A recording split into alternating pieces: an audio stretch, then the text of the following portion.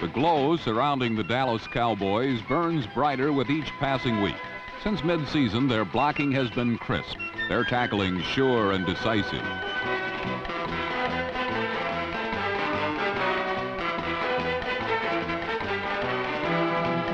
Many felt the Cowboys' matchup with the hard-headed New England Patriots was a preview of Super Bowl 13. Dallas boasted the NFL's best rushing defense, while New England countered with pro football's best running attack. Number 39, Sam Cunningham, exploded the myth of the Cowboy flex with a beautifully conceived and executed 52-yard touchdown run.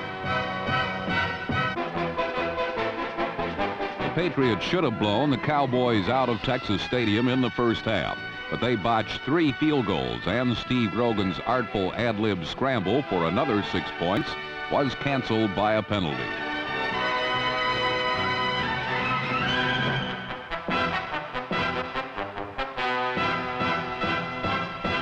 New England ran up and down the field but came away at the half with only a 10-3 lead. In the last 30 minutes, the Doomsday defense lived up to its fearsome nickname and held the Patriots scoreless.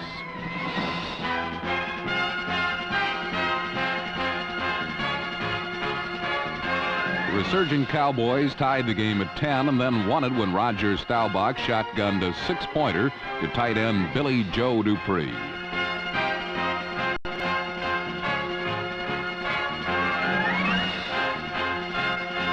With 9 touchdown catches, you'd think Billy Joe would have had his end zone act down pat by now. By Cowboys standards, it was not a smooth victory, but their 4th win in a row was good enough to clinch the NFC Eastern title. In the frozen north of Bloomington, Minnesota, Fran Tarkenton and his Norsemen are scratching out a playoff berth in the ice and snow. But in the words of Philadelphia head coach Dick Vermeil, the Eagles came to Minnesota to control our destiny. And a 56-yard touchdown bomb to wide receiver Harold Carmichael, number 17, nudged the Eagles closer to making the playoffs for the first time in 19 years. In this seesaw battle for postseason play, Viking quarterback Fran Tarkenton put up the ball an incredible 56 times. And his second touchdown pass of the game to number 85, Sammy White, made the score 14-7.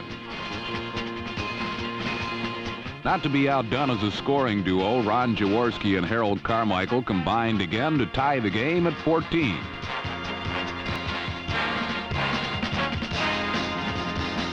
Running back number 31, Wilbert Montgomery of the Eagles, took this pitch out and demonstrated how he scampered for a 100-yard-plus day in the ice and cold to go over 1,000 yards rushing on the year.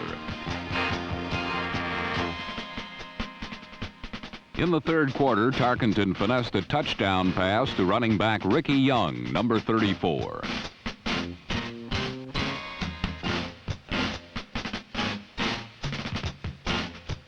With the two defenses dominating the second half, the game boiled down to a Viking 4th and 10 with only 2 minutes left to play.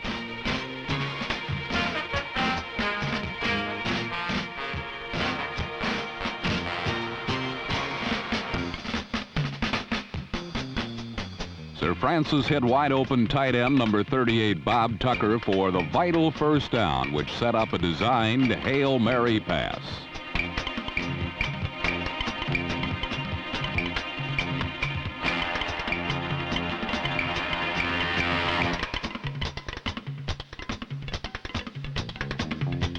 Just the week before against Green Bay, Tarkenton let number 28, Ahmad Rashad's jumping ability, tie the Packers. Now Rashad pulled down 6 points to tie the helpless Eagles 27-27. And an earlier missed extra point left the Eagles stuck to a 1-point loss to the Vikings 28-27.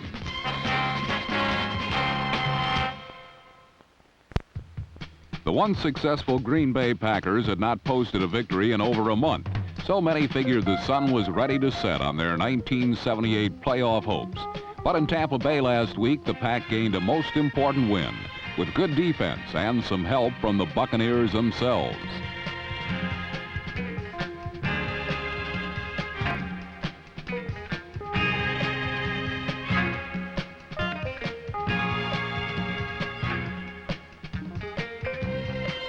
As usual, Packer rookie wide receiver James Lofton, number 80, played a big part in what offense Green Bay could muster.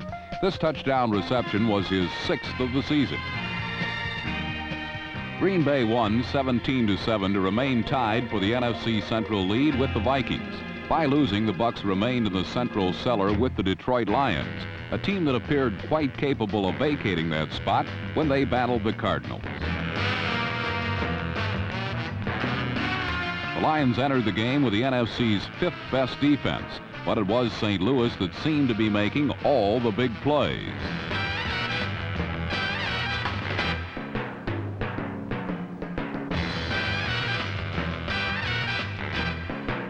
Ironically, the league's leading sack unit, the Detroit Silver Rush, got to the quarterback only once, while the unheralded Cardinal front line barged in on 4 occasions.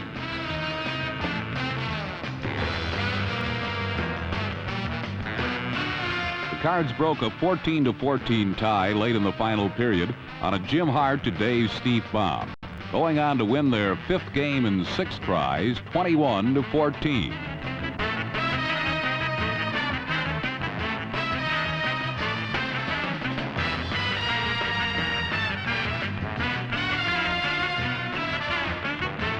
Long passes were sailing all over the state of Missouri last Sunday. Just a few miles west in Kansas City, the visiting Buffalo Bills tried their hand at the bomb and came through with flying colors.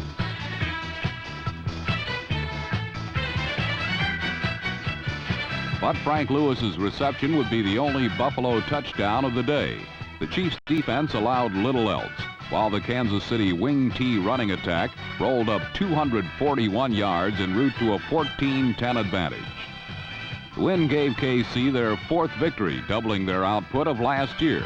It's been a season of steady improvement, even though they still occupy the AFC Western basement. In the NFC West, New Orleans doubled their win total from last year as well by beating the 49ers, a most significant win that did not come easily.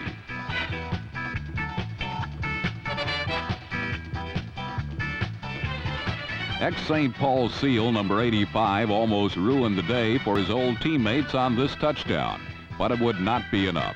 After 4 unsuccessful tries, New Orleans finally gained their 6th victory of the year, 24-13.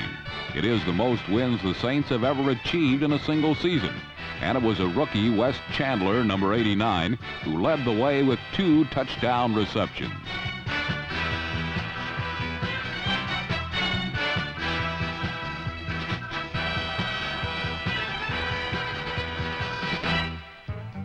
Even though the Giants have had a disappointing season, there are still many fans behind them. They were rewarded for the loyalty last week when the Giants played one of their most competitive games of the season against the Rams.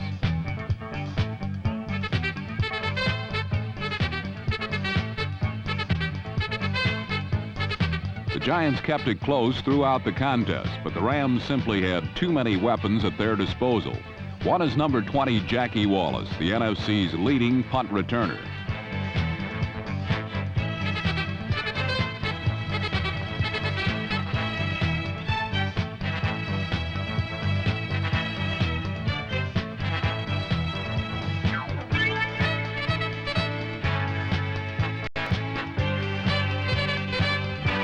The Rams offense did not have one of its better days, so they welcomed such assistance from the special teams. Further aid was rendered by the Los Angeles defense, which stole 4 interceptions. This theft by linebacker Jim Youngblood, number 53, helped set up a second period Rams touchdown.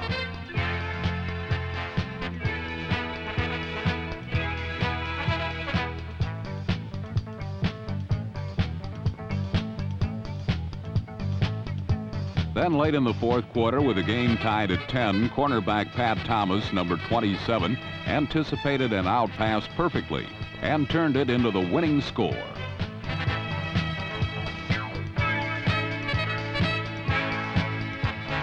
The Rams won 20-17 to clinch their 6th consecutive NFC Western crown.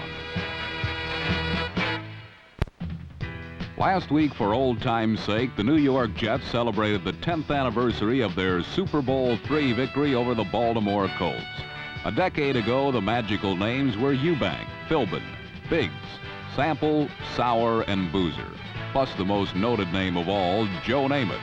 Today's Jets are paced by quarterback Matt Robinson, almost unknown 2 months ago before replacing injured Richard Todd, and his dangerous wide receiver, number 85, Wesley Walker.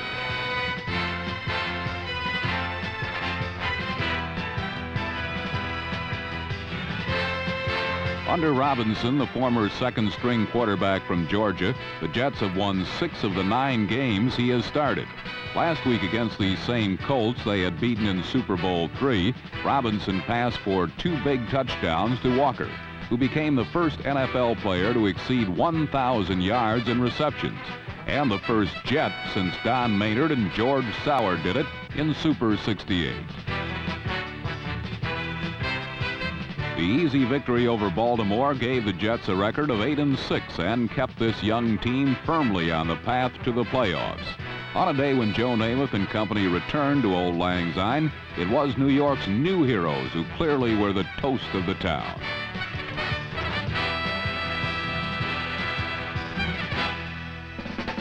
Under the Kingdome, the amazing Seattle Seahawks continued their climb into the NFL stratosphere on the arm of Jim Zorn and the moves of Steve Largent, number 80.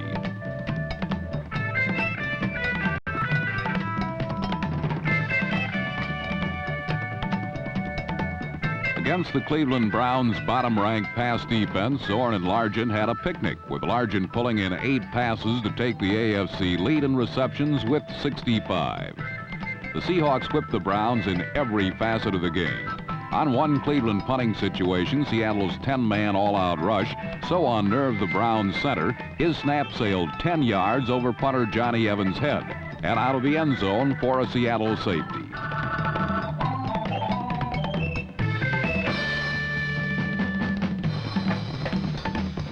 Defensively, the Seahawks combined for 3 fumbles and 3 interceptions. One a 40-yard touchdown return by number 48, top draft choice Keith Simpson. It was the final 7 of the Seahawks' 47 points. In a game both teams had to win, it was strictly no contest.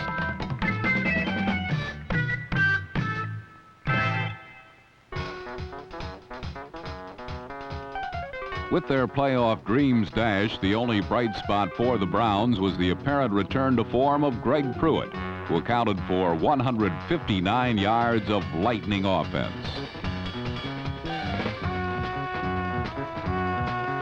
This was a real offensive shootout as both teams combined for nearly 900 yards of offense.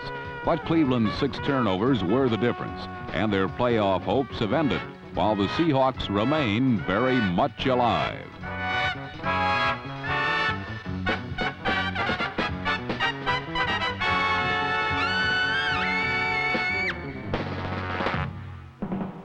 In Cincinnati, the Atlanta Falcons' almost sure shot at a playoff berth came crashing down in an unexpected loss to the hapless Bengals.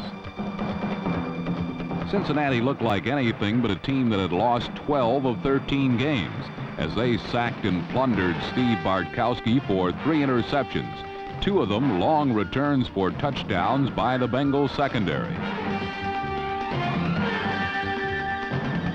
Cincinnati completely dominated despite losing starting quarterback Ken Anderson on a blitz by Dewey McClain, number 52. It was an injury to Anderson that began the Bengals' decline early in the year. Cincinnati, who has been having trouble running the ball all season, they ranked dead last, got a big game from huge fullback Pete Johnson, who scored twice, once on a 50-yard sweep.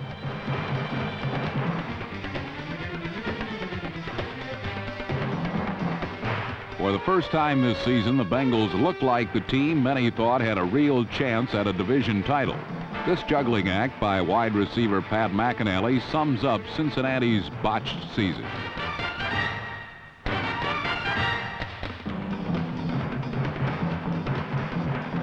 Because of a penalty, the spectacular touchdown didn't count. McInally and his teammates' obvious joy, which soon turned to despair, is an appropriate symbol for Cincinnati and their disastrous season of '78.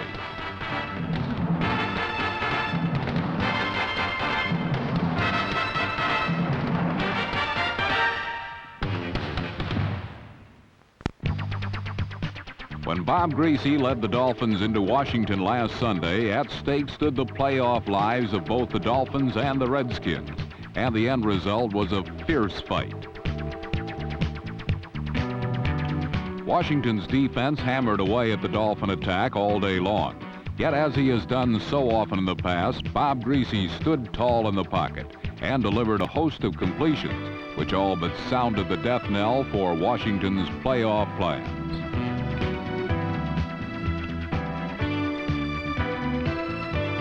Though this beauty to Duriel Harris was canceled by a penalty, another Bob Griese strike counted. This time it was to rookie wide receiver Jimmy Cefalo, and lifted the Dolphins to a 16-0 shutout of the Redskins.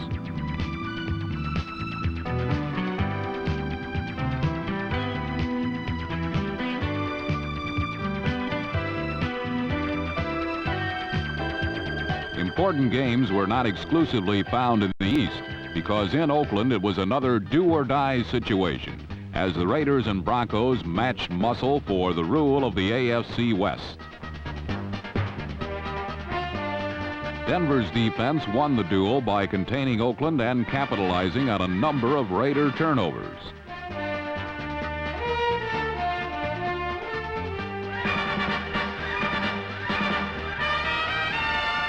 Randy Gradishar's touchdown was the high water mark during a Denver flood that engulfed Oakland in their own backyard, 21-6.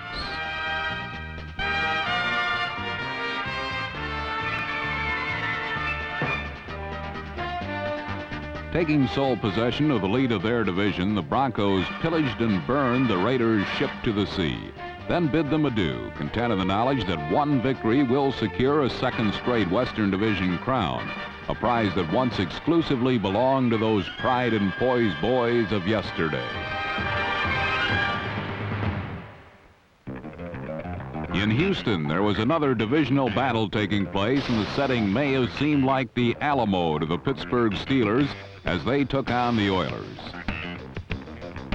Clearly outnumbered, Pittsburgh gathered confidence in the knowledge they were not alone in the hostile Astrodome.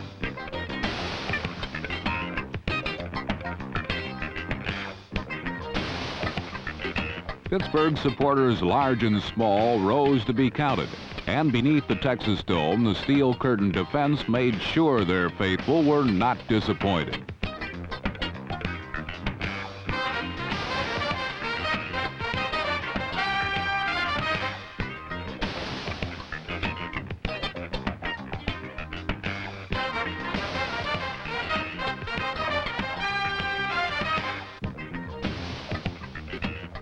Vintage steel crushed the Oilers' victory hopes, yet in the game of many telling blows, one hit in particular tipped the game in Pittsburgh's favor.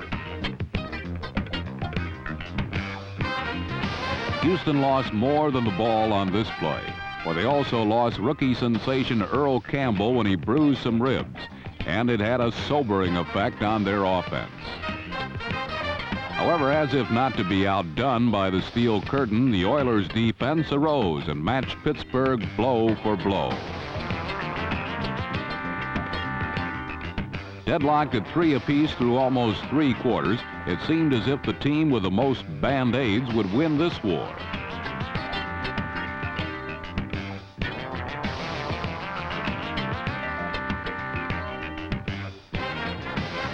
With the game in danger of ending in a tie, the urgency of the hour finally hit Pittsburgh.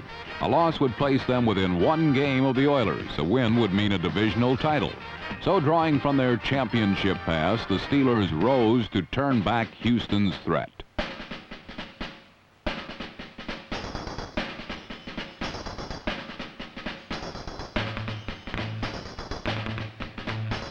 Franco Harris contained most of the game, still managed to gain 100 yards and led the Steelers to a go-ahead field goal. Then, with only minutes to play, Terry Bradshaw drove the final nail into the Oilers' victory coffin.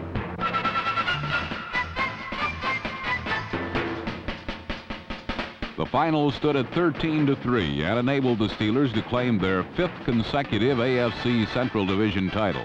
It was as joyful to Pittsburgh as it was disappointing to Houston, whose only playoff hopes now ride with a wild card spot.